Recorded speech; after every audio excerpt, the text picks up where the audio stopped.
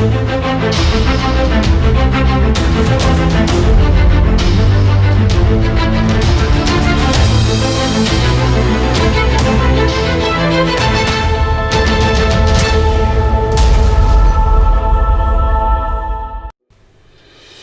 Next generation news channel में आप सभी का स्वागत है।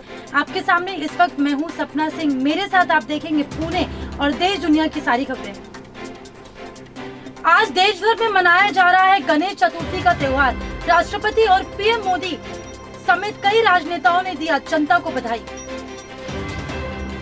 भाद्रपद शुक्ल चतुर्थी पर देश भर में गणेश चतुर्थी का त्योहार देश भर में मनाई जा रही है। कोरोना वायरस महामारी के प्रकोप के चलते कई राज्यों ने सार्वजनिक स्थानों पर बड़े बड़े पंडालों को लगाने की अनुमति नहीं दी है। इस बीच राष्ट्रपति रामनाथ कोविंद और प्रधानमंत्री नरेंद्र मोदी ने गणेश चतुर्थी की बधाई दी। राष्ट्रपति रामनाथ कोविंद ने ट्वीट किया, गणपति बप्पा मोरया। गणेश चतुर्थी के शुभ अवसर पर सभी देशवासियों को हार्दिक शुभकामनाएं।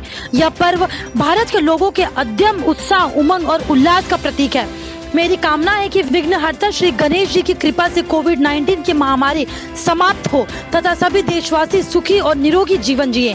प्रधानमंत्री नरेंद्र मोदी ने शनिवार को लोगों को गणेश चतुर्थी की बधाई दी और हर तरफ प्रसन्नता और समृद्धि की कामना की। प्रधानमंत्री ने ट्वीट किया, गणेश चतुर्थी के पावन पर्व पर बधाई। भगवान श्री कृष्ण का आशीर्वाद सदा हम पर बना रहे, हर तरफ खुशी और समृद्धि हो। उन्होंने लिखा, आप सभी को गणेश चतुर्थी की बहुत बहुत बधाई। गणपति बप्पा मोरया। गृह मंत्री अमित शाह ने भी ट्वीट किया, समस्त देशवासियों को गणेश चतुर्थी की हार्दिक शुभकामनाएं। उप मुख्यमंत्री अजीत पवार का निर्देश, कोरोना पीड़ितों के लिए बढ़ाए जाए बेड योजना। पुणे, पिंपरी चिंचवड नगर निगम और अन्य ग्रामीण क्षेत्रों में राज्याभिषेक और मृत्यु दर को नियंत्रित करने के लिए प्रभावी उपाय करने चाहिए। अभिभावक मंत्री अजीत पवार ने यह ध्यान रखने का निर्देश दिया है कि पीड़ितों के लिए बेड अपर्याप्त नहीं होंगे। कोविड प्रबंधन और योजना के संबंध में अभिभावक अजीत पवार की अध्यक्षता में विधान भवन हॉल में एक बैठक आयोजित की गई। बैठक में जिला के प्रमुख अधिकारियों ने भाग लिया। अजीत पवार ने कहा कि उन्हें कोरोना के प्रसार को रोकने के लिए मिलकर काम करना चाहिए। ग्रामीण क्षेत्रों में कोरोना का प्रचलन बढ़ रहा है, इसे नियंत्रण में लाने की जरूरत है। मानसून के मौसम में अन्य संक्रामक रोगों और सभी बीमारियों से पीड़ित रोगियों को समय पर और उचित उपचार प्रदान करने के लिए स्वास्थ्य विभाग को एहतियाती कदम उठाने चाहिए। यह सुनिश्चित करने के लिए ध्यान रखा जाना चाहिए कि कोरोना की स्थिति के कारण जिले में विकास परियोजनाएं ठप न हो। पुरंदर हवाई अड्डे पर काम जल्द से जल्द शुरू होना चाहिए और इसे शीघ्र पूरा करने के प्रयास किए जाने चाहिए। पुणे नासिक रेलवे लाइन के काम के लिए डिप्टी कलेक्टर स्तर के अधिकारियों को नियुक्त किया जाना चाहिए।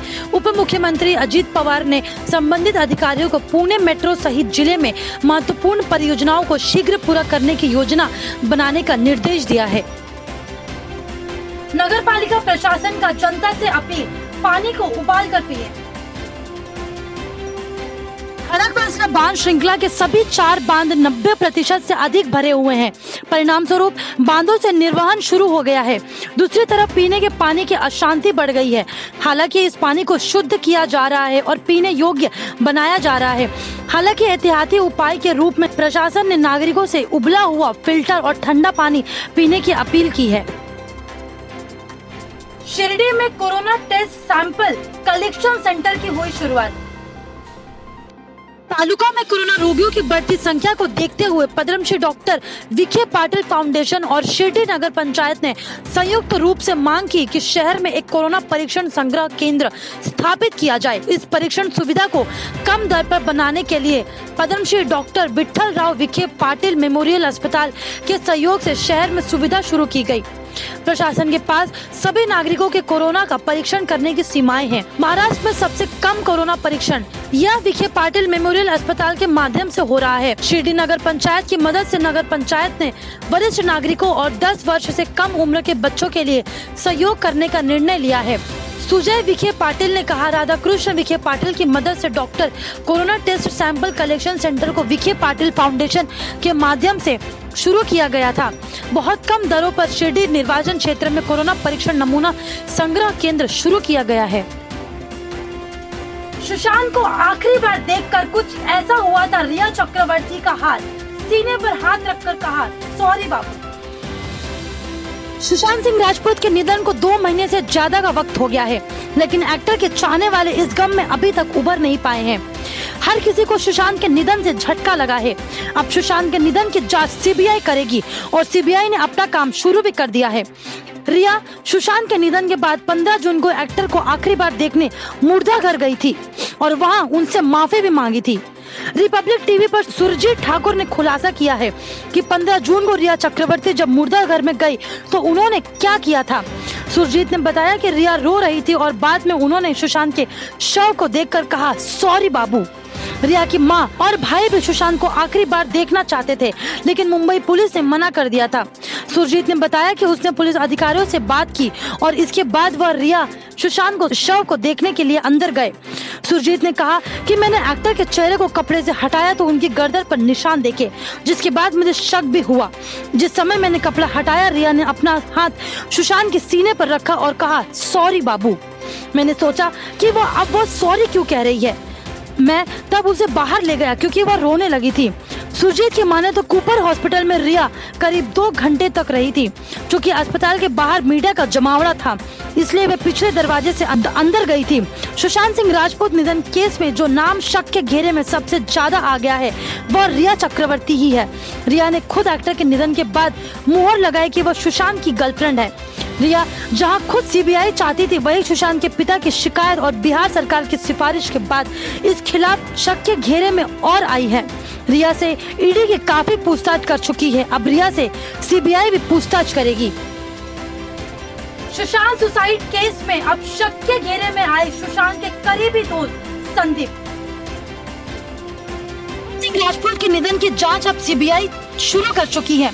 जांच के लिए सीबीआई मुंबई पहुंच गई है और शुक्रवार को सीबीआई ने इस मामले की कई अहम लोगों से पूछताछ की है और अहम दस्तावेज भी कब्जे में ले लिए हैं। लेकिन इसके बाद भी लगातार इस केस को लेकर नए खुलासे होते जा रहे हैं। हाल ही में एक चश्मदीद के खुलासे के बाद सुशांत के संदीप सिंह पर शक के घेरे में आ गए हैं। एक चश्मदीद ने फिल्म प्रोड्यूसर और सुशांत के दोस्त संदीप सिंह की भूमिका पर सवाल उठाते हुए उन्हें इस केस का मास्टरमाइंड बता दिया है। संदीप का वीडियो भी वायरल हो रहा है जो सुशांत के निधन के वक्त का है। इस पर भी सवाल खड़े हो रहे हैं। करनी सेना से जुड़े सुरजीत सिंह राठौर ने सवाल उठाए हैं। एक चैनल से बात करते हुए सुरजीत ने बताया कि 15 जून को वह कूपर अस्पताल में मौजूद थे। उनको संदीप सिंह का रूप वहां पर शक से भरा लगा। सुरजीत के अनुसार संदीप सिंह एक बड़ी एम्बुलेंस के साथ आया जिसमें सुशांत का शव लाया गया था। फिर एक और पुलिस अधिकारी आया और दस्तावेजीकरण शुरू हुआ। 3 बजे सुशांत का अंतिम संस्कार होना था। न जाने संदीप ने उस अधिकारी से क्या कहा था। मुझे तो लगता है कि वह कातिल है और इस केस को हैंडल कर रहा है। संदीप ने ही पुलिस से कहकर मुझे हॉस्पिटल से बाहर करवाया था। संदीप ने मुझे गलत तरीके से बात भी की थी। सुशांत शव लेने के लिए संदीप ने कागजात पर हस्ताक्षर भी नहीं किया था।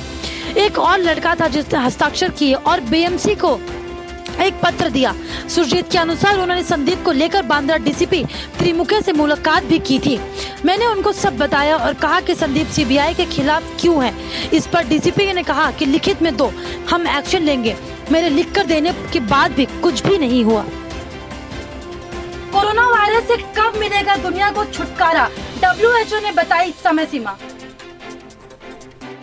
विश्व स्वास्थ्य संगठन WHO ने उम्मीद जताई है कि अगले 2 सालों से भी कम समय में कोरोना वायरस से पूरी दुनिया को छुटकारा मिल जाएगा। इसके मायने ये हुए स्पेनिश फ्लू के खत्म होने में जितना समय लगा था ये उससे भी कम होगा।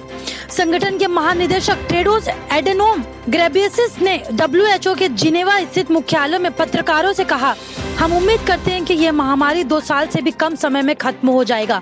उन्होंने कहा कि संभवतः नोवेल कोरोना वायरस के खत्म करने की गति 1918 की महामारी से भी तेज होगी। टेड्रोस उस समस्या की आज से तुलना करते हुए ये स्वीकार किया है कि आज दुनिया वैश्वीकरण के दौर में है और इसलिए नुकसान हो रहा है। टेड्रोस ने माना कि आज के ग्लोबलाइजेशन, कनेक्टिविटी आदि से कोरोना पूरी दुनिया में तेजी से फैल गया। साथ ही उन्होंने कहा कि आज दुनिया में बेहतर तकनीकी भी है। टेड्रोस ने कहा, उपलब्ध साधनों के अधिकतम उपयोग और टीके सहित अतिरिक्त उपकरणों की मदद से मुझे लगता है कि हम 1918 की फ्लू की तुलना में कम समय में खत्म कर सकते हैं। बता दें कि कोविड-19 महामारी ने अब तक लगभग 8 लाख से ज्यादा लोगों को मार डाला है और दुनिया भर में 2 करोड़ से ज्यादा लोग कोरोना से संक्रमित हैं। शोधकर्ताओं का कहना, विमान में बैठे यात्रियों में फैल सकता है वायरस, लेकिन संक्रमण का खतरा कम। कोरोना महामारी के शुरुआती दिनों में 4 घंटे और 40 मिनट के अंतर्राष्ट्रीय विमान में 2 लोग कोरोना संक्रमित पाए गए थे। एक नए वैज्ञानिक अध्ययन में इस संभावना की पुष्टि की गई कि किसी विमान में वायरस फैल सकता है, लेकिन उसके संक्रमण का जोखिम काफी कम होगा। उस विमान में 9 मार्च को 102 यात्री सफर कर रहे थे, जिनमें से 7 यात्री को कोरोना वायरस था। कुल 7 संक्रमित लोगों में से 4 लोग उड़ान के दौरान सिम्टोमेटिक थे। सभी यात्रियों में से किसी ने भी मास्क नहीं पहना हुआ था। फ्रैंकफर्ट गोएथ यूनिवर्सिटी के इंस्टीट्यूट फॉर मेडिकल बायोलॉजी के निदेशक सेंड्रा सिसेक ने कहा, जब हमने इन यात्रियों का इंटरव्यू लिया ये जानने के लिए कि संक्रमण कितना फैला, हमें उम्मीद थी संक्रमण के संदिग्ध मामलों की सूची काफी लंबी होगी और विमान में सिम्टोमेटिक मरीज ज्यादा थे। इसके अलावा मरीजों ने मास्क भी नहीं पहना हुआ था। चीन को एक और झटका, 44 वंदे भारत ट्रेन बनाने का ठेका हुआ रद्द।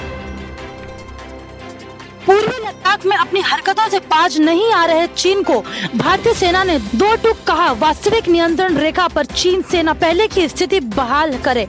अगर चीन ने कोई नापाक हरकतें की तो उसे इसके अप्रत्याशित नतीजे भुगतने होंगे। इस बीच रेलवे ने शुक्रवार को चीन को एक और झटका देते हुए 44 semi high speed Vande Bharat express train बनाने का ठेका रद्द कर दिया। इसके लिए निविदा पिछले साल ही जारी हुआ था। बीते महीने जब हम टेंडर खोले गए तो सिर्फ चीन के साथ संयुक्त उद्यम वाली जेवी कंपनी को ही ठेका मिला था। इसमें CRRP Pioneer electric India private limited की 6 आवेदन करने वालों में योग्य पाई गई थी। ठेके के तहत इस कंपनी को 44 वंदे भारत ट्रेन और हरके में इसके 16 कोचों को बनाने में लगने वाले इलेक्ट्रिकल उपकरणों और अन्य जरूरी वस्तुओं की आपूर्ति करना था। जेवी कंपनी 2015 में चीन की CRRC योगजी इलेक्ट्रिकल कंपनी लिमिटेड और गुरुग्राम स्थित Pioneer film made private limited से मिलकर बनाई थी। अब एक हफ्ते में नया ठेका जारी किया जाएगा। हालांकि रेलवे ने पुराने ठेकों को रद्द करने की वजह नहीं बताई है।